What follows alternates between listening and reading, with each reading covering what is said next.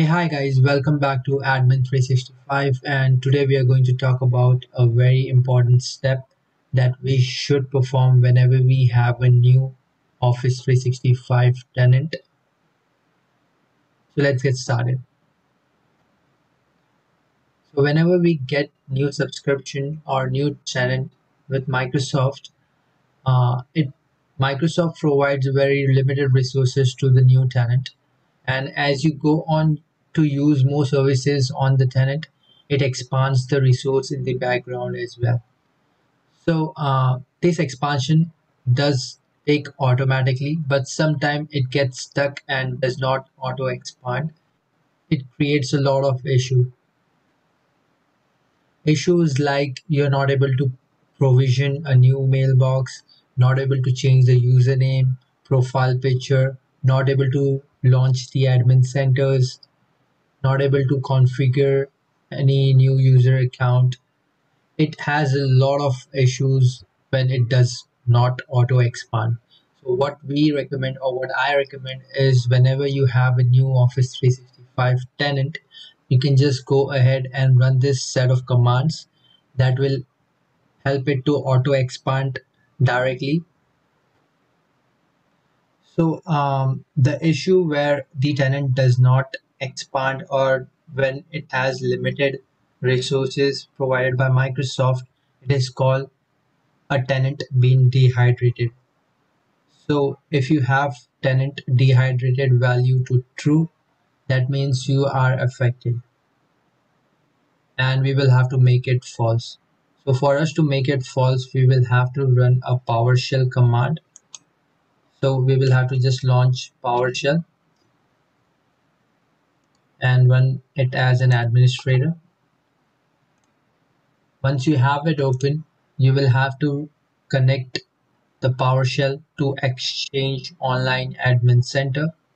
And for that, we will use few set of commands, which is here. You can just copy all of them together and paste it in the PowerShell, and it should work.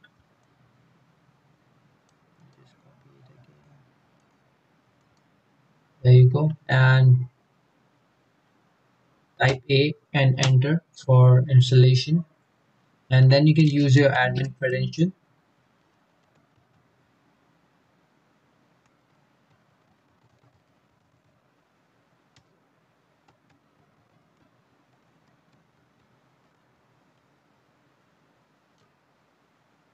And it should get you connected to Exchange Online. And this is the last command which you have to hit enter to. And there you can see it is connecting to Exchange Online. And the command which we need to run is this here.